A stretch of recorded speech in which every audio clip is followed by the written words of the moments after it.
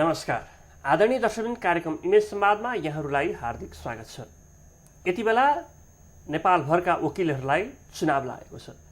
कालाकोटधारी वकिलहरू यति बेला आफ्नो पेशा र व्यवसायभन्दा आफ्नो नेतृत्व चयन, नेपाल बार एसोसिएसनको नेतृत्व चयनका लागि घनीभूत ढङ्गले लागेका छन्।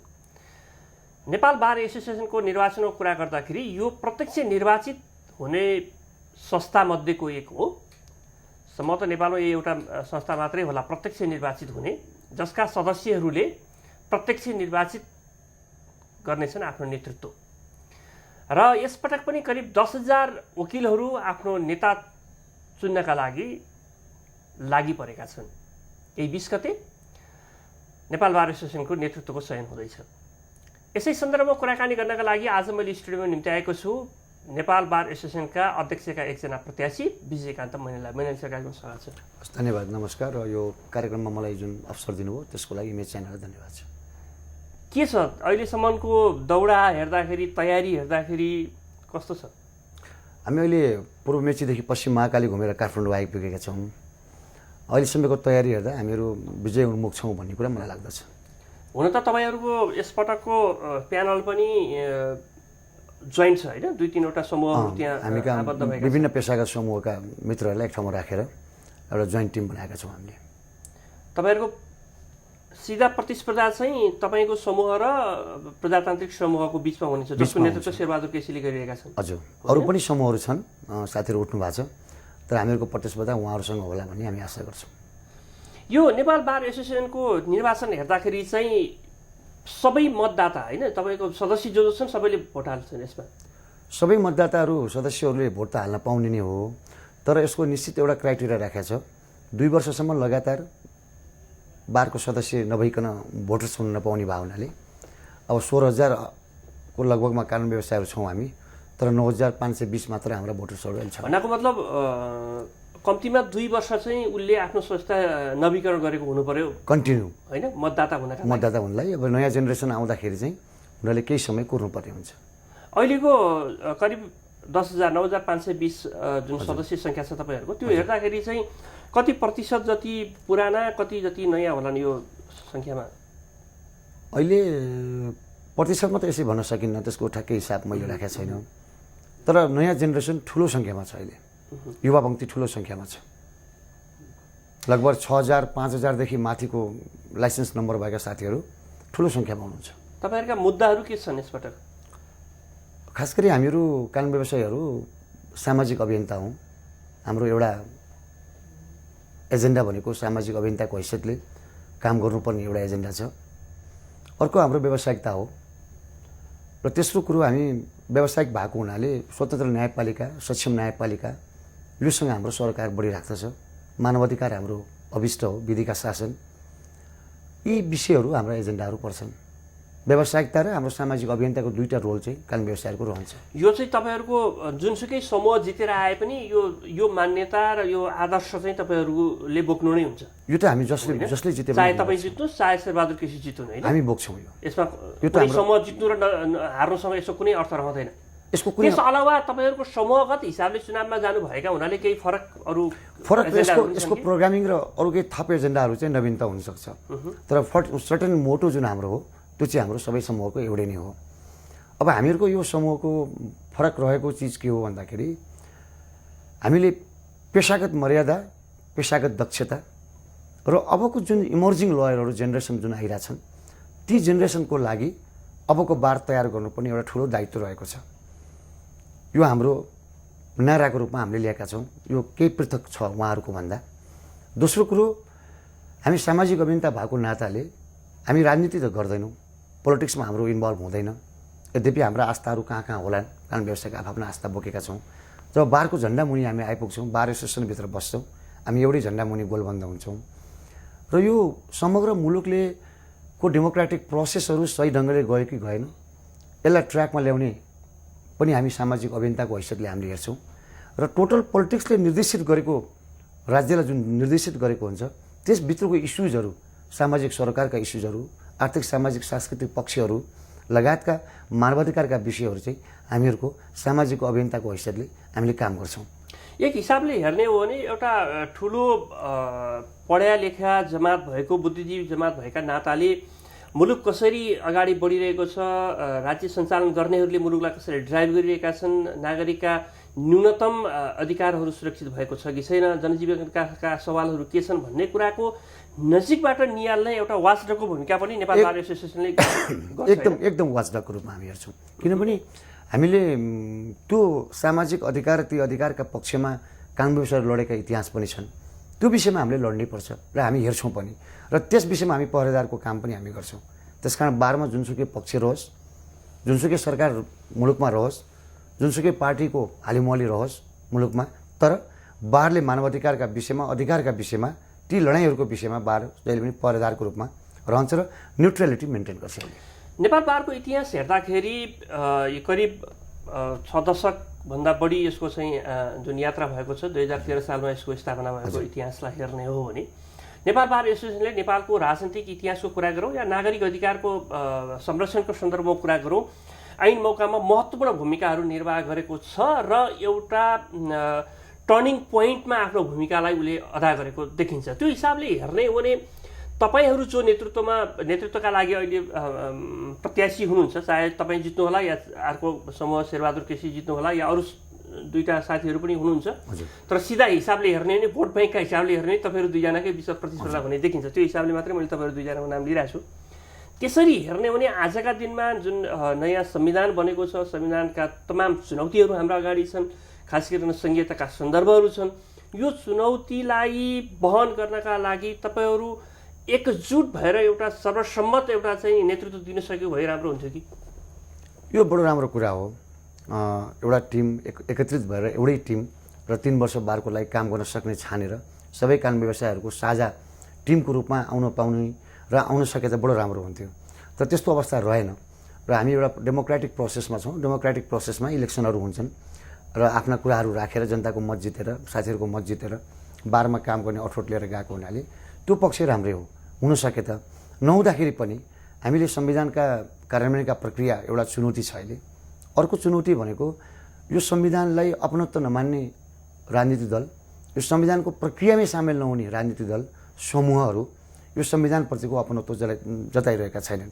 यस अर्थमा त्यो अपनत्व जताउनको लागि राज्यले संवाद गर्दा हाम्रो कानुन व्यवसायहरूको भूमिका कहाँ रहन्छ, हामीले कहाँनिर स्ट्यान्ड गर्नुपर्ने हो भन्ने विषय अहिलेको एउटा चुनौतीको रूपमा अबको 3 वर्षमा बारले खेल्नुपर्ने भूमिका हो।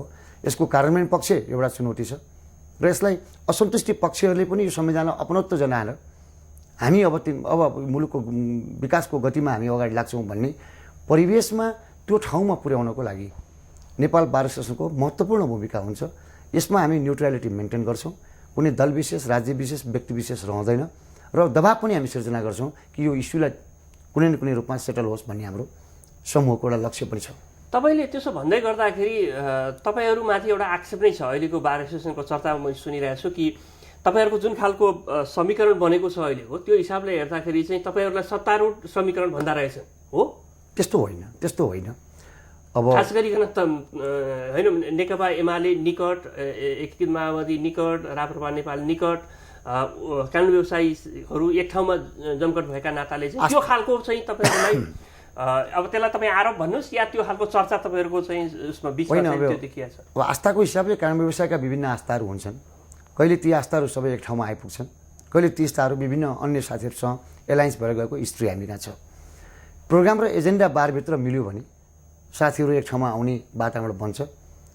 अब हामीसँगै रहेका साथीहरू कुनै बेलामा डेमोक्रेट साथीहरूसँग बसेर गएको पनि इतिहास छ र अहिलेको सन्दर्भमा मुलुक अगाडि बढाउने र संविधान कार्यान्वयन र यो च्यालेन्जहरूलाई, चुनौतीहरूलाई पार गर्नको लागि केही हामी कानुन व्यवसाय पेसागत सङ्गठनमा रहेका, आबद्ध रहेका सङ्गठनहरूको बिचमा एउटा मत रह्यो र यो इस्युमा हामी सँगै जान सक्छौँ भन्ने हाम्रो धारणा रहेको हुनाले हामी यो समूह एउटा बनाएका हौँ। यो कुनै सरकारसँग जोडिएको या सरकारभन्दा बाहिर रहेको समूहसँग जोडिएको विषय होइन। अघि हामी कुरा गर्दैथ्यौँ कि संविधान कार्यान्वयनका चरणका जुन चुनौतीका सन्दर्भमा आज मुलुक छ र त्यसलाई एउटा सहजीकरणको भूमिका निर्वाह गर्न सक्ने नेपालभित्र रहेका केही सङ्घ संस्थाहरूमध्येमा एउटा संस्था नेपाल बार पनि हो, जसको नेतृत्वले यो सहजीकरण गर्न सक्ने उसको एउटा महत्त्वपूर्ण अवसर उसका अगाडि थियो र छ।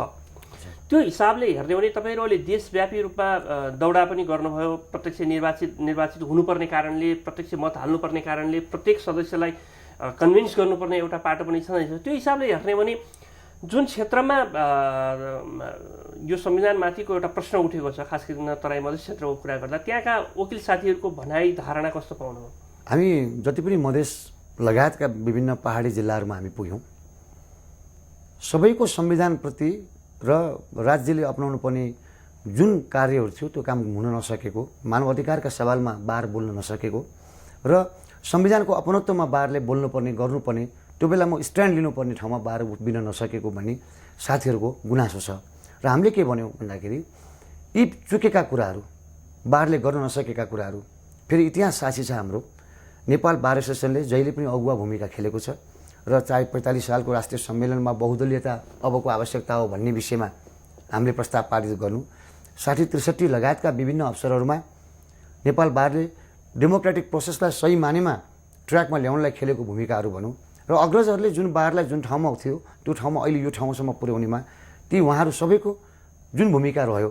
र यस बिचमा केही कुराहरू कुनै नेतृत्वले कुनै ठाउँमा काम गर्न नसकेका पक्षहरू, छुटेका पक्षहरू, गर्न नसकेका गरेका गल्तीहरूमा उभिन पर्ने ठाउँमा बार एसोसिएसन नउभिएका विषयहरूलाई हामी एड्रेस गर्नुपर्ने र अबको दिनमा कसै न कसैले सुरु फेरि गर्नुपर्ने र बारको जुन अवस्थामा हामी पुग्यौँ अहिले त्यो अवस्थाबाट उठाउनु पर्ने भन्ने साथीहरूको जुन आम धारणा रह्यो बाहिरमा, खास गरी मधेस आन्दोलनको सम्बन्धमा मानव अधिकारका हनन भएका विषयमा बारले बोलेन, बारले भिजिट गर्न सकेन, बारले आफ्नो ओपिनियन बिल्ड गरेन, बारभित्र रहेका समितिहरू क्रियाशील भएनन्, मानवाधिकार समितिहरू भन्ने लगायतका साथीहरूको जुन गुनासो थियो त्यसमा काम गर्नुपर्छ।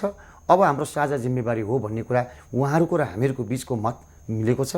त्यही मिलेको मतको आधारमा यो निर्वाचनमा हामी उहाँहरूसँगलाई एउटा प्रतिबद्धता जनाएर हामी अगाडि आउँछौँ र बारमा 3 वर्ष काम गर्दा यी इस्युजहरू सबै एड्रेस हुन्छ र एड्रेस गर्नुपर्छ र नयाँ बारको रूपमा निर्माण गर्नुपर्छ। यो ट्रान्जिसन फेजबाट हामी उकास्नुपर्छ भन्ने एउटा मान्यता त्यहाँका साथी र हामीहरूको बिचमा मिलेको छ कुरा छ। विजयजी, तपाईहरू अहिले जुन नेतृत्व खोजीमा हुनुहुन्छ, तपाईँ आफै त्यसको एकजना प्रत्याशी हुनुहुन्छ, तर एउटा गुनासो चाहिँ जबरजस्त कानुन व्यवसायीहरूको बिचमा रहेको देखियो। खास गरिकन अहिलेको नेतृत्व जसको हरिकृष्ण कार्कीले त्यसको नेतृत्व गर्नुहुन्थ्यो, उहाँले आफ्नो कार्यकाल पुरा समय पनि बारलाई दिन नसकेको, एउटै व्यक्तिले बारको अध्यक्ष पनि भएको, एटर्नी जनरल पनि महान्यायाधिकता पनि भएको र सँगसँगै न्यायाधीशका लागि पनि लोभ गरेको, जसका कारणले बारलाई बिचैमा छाडेर गएको भन्ने एउटा गम्भीर आरोप लागेको छ। र खास गरिकन तपाईँ त्यही समूहको प्रतित्व पनि गर्नुहुन्छ। त्यस कारणले तपाईँले यो मुद्दालाई कतिको फेस गरिरहनु भएको छ कि वास्तवमा उहाँले जे जिम्मेवारी बारका साथीहरूले, देशभरका कानुन व्यवसायी साथीहरूले उहाँलाई जिम्मेवारी बोकाएका थिए, 3 वर्षसम्म नेपाल बारलाई हाँका भनेर, त्यो उहाँले चुक्नु नै भएको? म यसलाई दुईटा प्रकारले हेर्न चाहन्छु। एउटा, मैले अरूको विषयमा मैले यहाँ जवाब दिनु उचित हुँदैन, त्यो कल्चर पनि बारे बोक्नु हुँदैन। दोस्रो कुरो, अर्को समूहका साथीहरूले यो कुरालाई बडो जोडतोडका साथ चुनावी मुद्दा बनाएर हिँड्नुभएको छ। आखिर चुनावी मुद्दा आफ्नो हुन्छ, यसमा मैले धेरै केही कुरा भन्नु छैन। तर यदि यसरी बारको छोडेर त्यहाँ जाने कुरा गलत थियो भन्ने त्यसलाई इतिहासले मूल्याङ्कन गर्छ। म मूल्याङ्कनकर्ता हुन सक्दिनँ अहिलेको फेजमा। सही थियो या बेठिक थियो भोलिको दिनमा मूल्याङ्कन हुन्छ। यदि गलत थियो भन्ने हो भने हामी सबैले पाठ सिक्नुपर्ने कुरा, अबको दिनमा त्यसरी बारलाई छोडेर कहीँ जाने कुराहरू गलत रहेछ भन्ने कुराको पाठ काम गर्दै जाँदा सिकिने कुरा भए हुनाले त्यसलाई लेसन लर्नको रूपमा यो समूहले लिएको छ। र हामी कहीँ कतै नजाने र बारमा बस्ने कुराहरूमा फेरि हाम्रो प्रतिबद्धता पनि सँगसँगै छ। भनेको नेतृत्व काहीँ न काहीँ बरालिएको भन्ने कुरामा चाहिँ त तपाईँहरू आरोप छ। अब आरोपको मैले कैयौँ जवाफहरू मैले दिन नसक्ने पनि हुन्छ।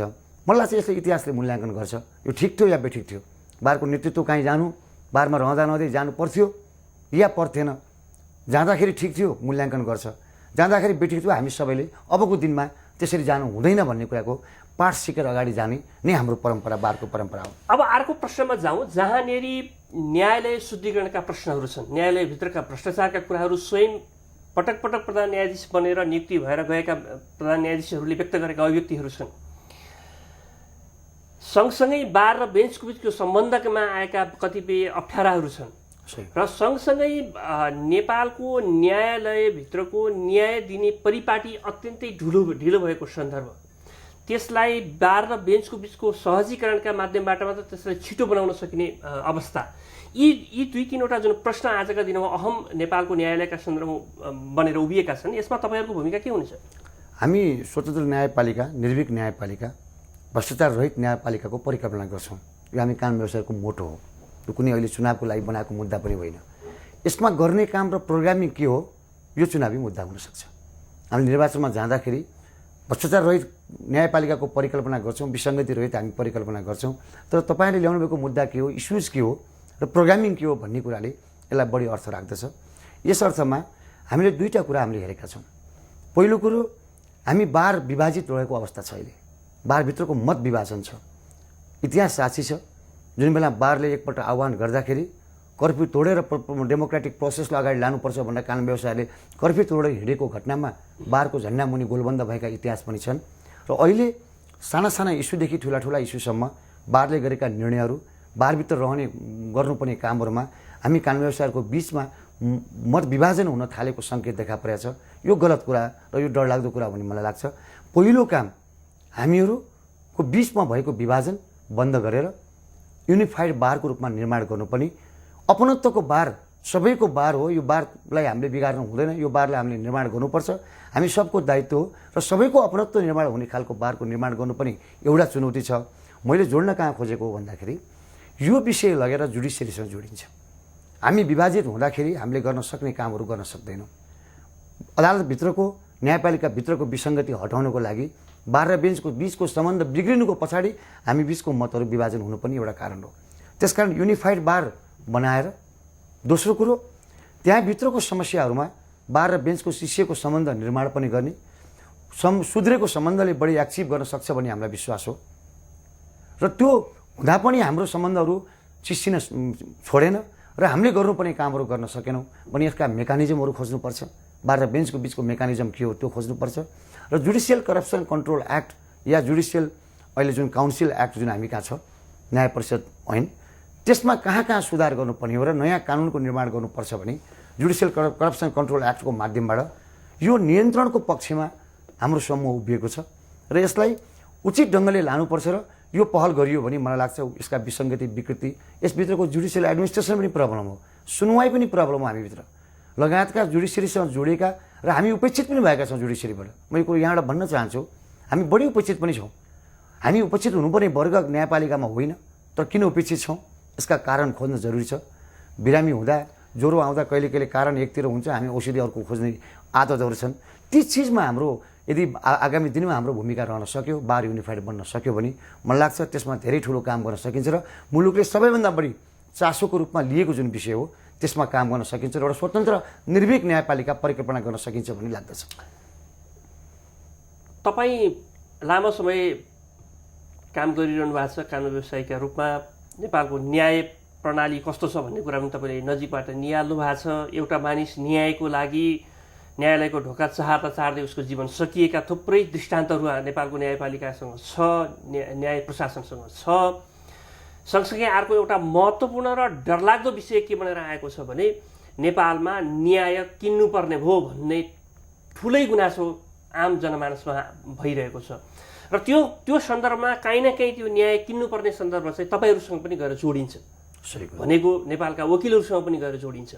त यो जुन खालको परिस्थिति आजका दिनमा निर्माण भइरहेको छ, एकातिर ढिलो न्याय पाउने, एक त पाउँदै नपाउने, पाए पनि ढिलो पाउने, अर्को न्यायमा पहुँचै कम हुने र अब अहिले पैसा भएन भने न्याय प्राप्त हुन सक्दैन भन्ने मान्यताको क्रमशः विकास हुन थालेको परिस्थिति छ। यहाँनिर तपाईँहरूको भूमिका के हुन्छ? हामी यहाँनिर हाम्रो सोच के छ भन्दाखेरि न्याय ढिलो हुन गइरहेको कारणहरू पत्ता लगाउन जरुरी छ। What are the reason? हामी कारक हौँ या न्यायपालिका कारक हो?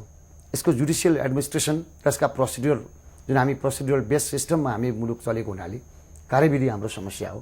यो विषयमा हामीले छलफल चलाउन, संवाद चलाउन आवश्यक छ र यसको उचित मार्ग हामीले खोज्न जरुरी छ, एक नम्बर।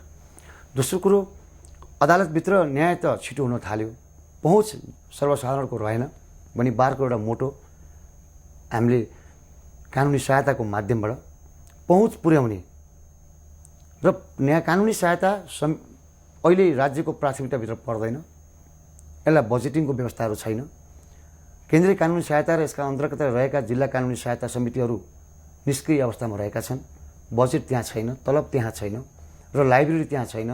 कुनै पनि किसिमको स्ट्रेन्थेनको प्रोसेसमा हामी जान नसकिरहेको अवस्थामा राज्यको प्राथमिकताभित्र कानुनी सहायता परोस् र कानुनी सहायताको माध्यमबाट सर्वसाधारणलाई न्याय पुर्याउने र महँगो न्याय, पहुँच हुन नसक्ने न्यायलाई निर्मूल गर्नको लागि र निराकरण गर्नको लागि नेपाल बार एसोसिएसनले छुट्टै र विशिष्ट खालका कार्यक्रमहरू आगामी दिनमा संवादको रूपमा अगाडि ल्याउँछ र त्यसले एउटा प्रोग्रामिङ डिजाइन गर्छ। त्यसको आधारमा यो सर्वसाधारणलाई न्यायमा पहुँच पुग्ने खालका प्रोग्रामहरू, नवीनतम कार्यक्रमहरू हामीले बोकेर आएका छौँ। ती कुराहरू म राख्न चाहन्छु। नेपाल बार एसोसिएसनको एउटा महत्त्वपूर्ण जिम्मेवारी र भूमिका मध्ये पर्ने आफ्ना सदस्यहरूको आचरणलाई एक ढङ्गले व्यवस्थित गर्नुपर्ने हो। हुन त नेपाल बारको आफ्नो आचार संहिता छ। आचार संहिता भनेको यो कुनै बाध्यकारी विषय होइन, मानिसले आफूले स्वस्फूर्त रूपमा नैतिक रूपमा यो पालना गर्छु भन्ने उसको भित्री जागरणले त्यसमा निर्भर गर्ने कुरा हो। त्यो हिसाबले हेर्दाखेरि नेपालका कानुन व्यवसायीहरूकै वकिलहरूकै विषयमा पनि प्रश्न उठेका थुप्रै सन्दर्भहरू छन्। खास गरिकन न्यायालय, मैले अघि भने न्याय प्राप्तिका विषयमा जुन लेनदेन र किनबेचको जुन सन्दर्भ अहिले जोडेर आइरहेको छ र त्यसमा वकिलहरू नै कुनै ढङ्गले बिचौलीका रूपमा, कारकको रूपमा देखिन थालेको भन्ने प्रश्नहरू उठेका छन्। यो हिसाबले हेर्ने भने आफ्ना सदस्यहरूको जुन खालको भूमिकामा उनीहरू संलग्न हुन थालेका छन्, यद्यपि यो सङ्ख्या एकदमै न्यून छ है। यो ठुलो आम समूहलाई म यो आरोपित गरिरहेको छैन। एकदमै कम सङ्ख्यामा रहेका त्यस्ता वकिलहरूका कारण एउटा बिचौलिएका भूमिका हुन थाल्यो र न्याय चाहिँ नि किनबेच हुन थाल्यो भन्ने प्रश्न छ। त्यो हिसाबले हेर्ने भने अबको नेतृत्वको चुनौती आफ्ना सदस्यहरूको आचरणलाई एउटा व्यवस्थित बनाउनको लागि कस्तो हुनु पर्ला? मलाई त्यसमा दुईवटा कुरा लाग्छ। एउटा कानुनी शिक्षाको अभाव छ, जुन प्रोडक्ट ल कलेजहरूबाट हुन्छ। त्यहाँ हामीले यो कुरो सिकाउन सकेनौँ। व्यावसायिकता के हो, यो पेसा इकोनोमिक ग्रोथको विषय हो या यो पेसा शुद्ध व्यावसायिकता हो, सेवामूलक पेसा हो भन्ने कुराको ज्ञान हामीले कानुन व्यवसायलाई दिन सकेनौँ। खास गरी नयाँ आउने कानुन व्यवसायले पहिलो ज्ञान प्राप्त गर्नु पर्यो, भोलिको प्रोडक्ट उनीहरू नै हुन्। दोस्रो कुरो, हामी जो भइरहेका कानुन व्यवसायहरूको लाई हामीले यो विषयमा कसरी अगाडि बढाउन सकिन्छ, पेसागत मर्यादा कसरी राख्ने, यो प्रोफेसनल मोरालिटीको विषयमा हामी भित्र पनि काफी ठुलो समस्याहरूको रूपमा देखिएका छन् र हामीप्रति प्रश्न पनि त्यसैका छन्।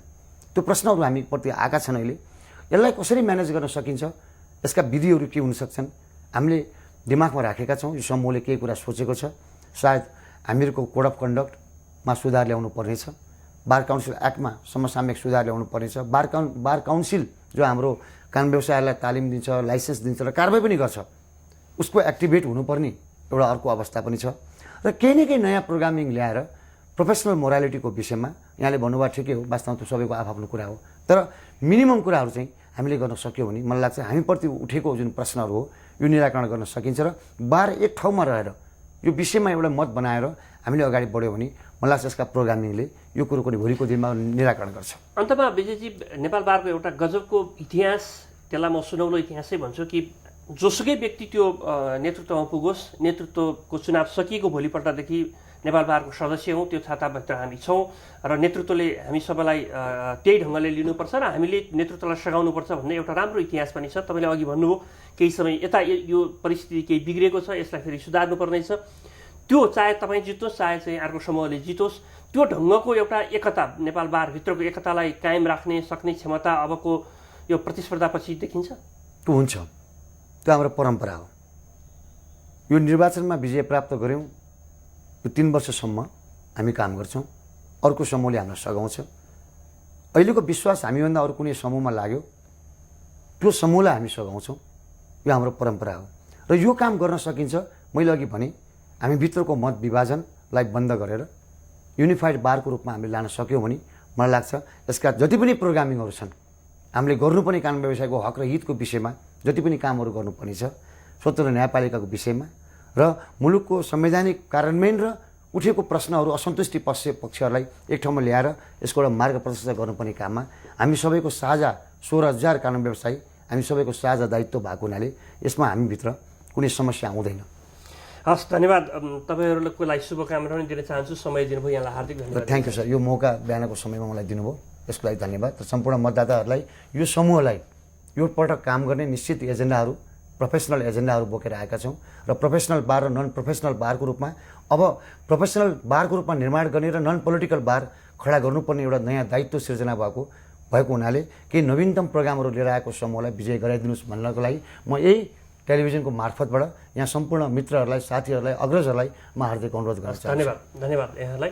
हाम्रो निर्धारित समय सकिएको छ। हामी सबैजना बिदा चाहन्छौँ। नमस्कार।